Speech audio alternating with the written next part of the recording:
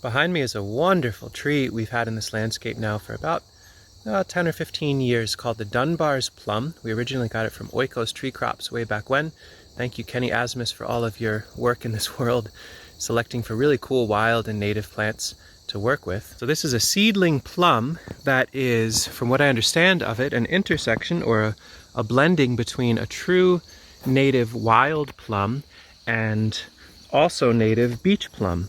And that somehow, magically, unlike a lot of plums out there in this world, this one is completely self-fruitful. And that's true because this is the only plum in this little thicket here. You can see this plum stands alone. There's nice thickets of squash around, there's rhubarb, there's horseradish, there's Nanking cherry, all sorts of other wonderful crops in this area out towards the sun, but there is no other plum within pollinating distance. And that feels pretty unique and special, that if you have a small number or even a singular one of these seedlings, they should be able to crop heavily, and that has borne out to be true. The third round of harvest so far, it's now coming into its peak drop.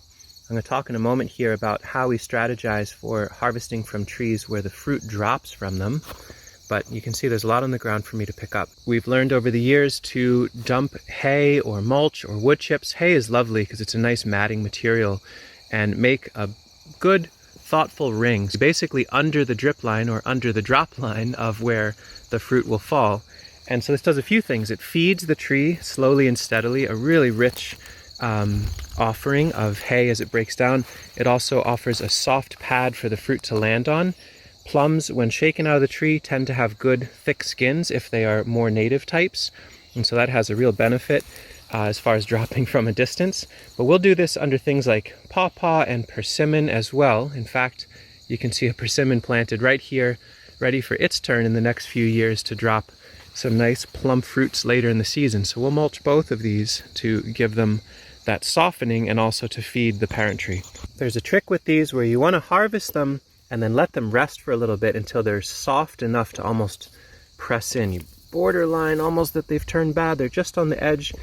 When you let them soften the right amount, I don't know that I could imagine a fruit that I'd want to eat more than this. But that's part of the reason why you don't see wild plums in the stores. They don't really let you just harvest them in a rough way and then ripen up gracefully. They need to be thoughtfully harvested and rested. So we'll spread these out on a tray in a cool space, and then each day we'll have another 10 or 15 beautiful fruits we can nibble, and we'll save the seed. Great reminder, the beauty of committing to trees in the landscape that are not grafted varieties but rather seedlings is that often you can save seed from these plants and get relatively true to type.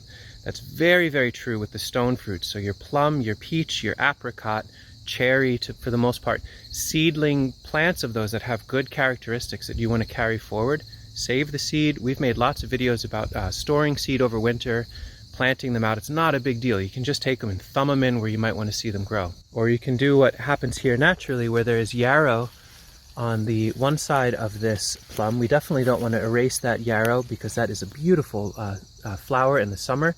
It's harder for us to pick fruits from here, so oftentimes the fruits will fall through and hide amongst the yarrow over winter. Yarrow is also a strong aromatic, and so what happens is some of the fruit that drops that we miss, you see there's lemon balm, there's yarrow, here are some seedling Dunbars, so we can either dig them up when they're dormant, so here becomes a natural nursery bed where the fruit drops in, we miss them, the voles don't come in and eat them because the yarrow is so aromatic, they're left alone.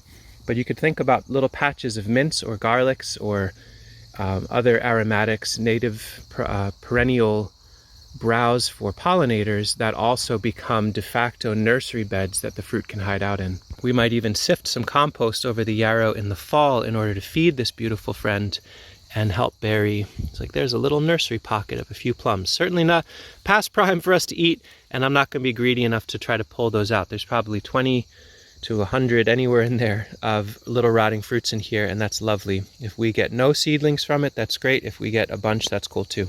They're a little hard to see up there, but there's lots more in the tree. I don't want to shake it too much more. I like a good vigorous shake, and whatever it's willing to drop at that moment is the right amount for us. And in fact, this is the right amount for us for the next few days. So we'll visit this tree every few days until it no longer does this.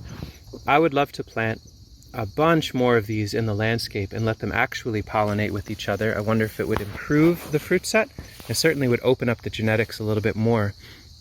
Great reminder to explore some of these unique seedling trees that are out in the world. We offer this plant periodically in the fall and also in the spring. We'll be ramping them up as much as we can as time allows, along with other great native plums and seedling Japanese plums and all sorts of other fun things.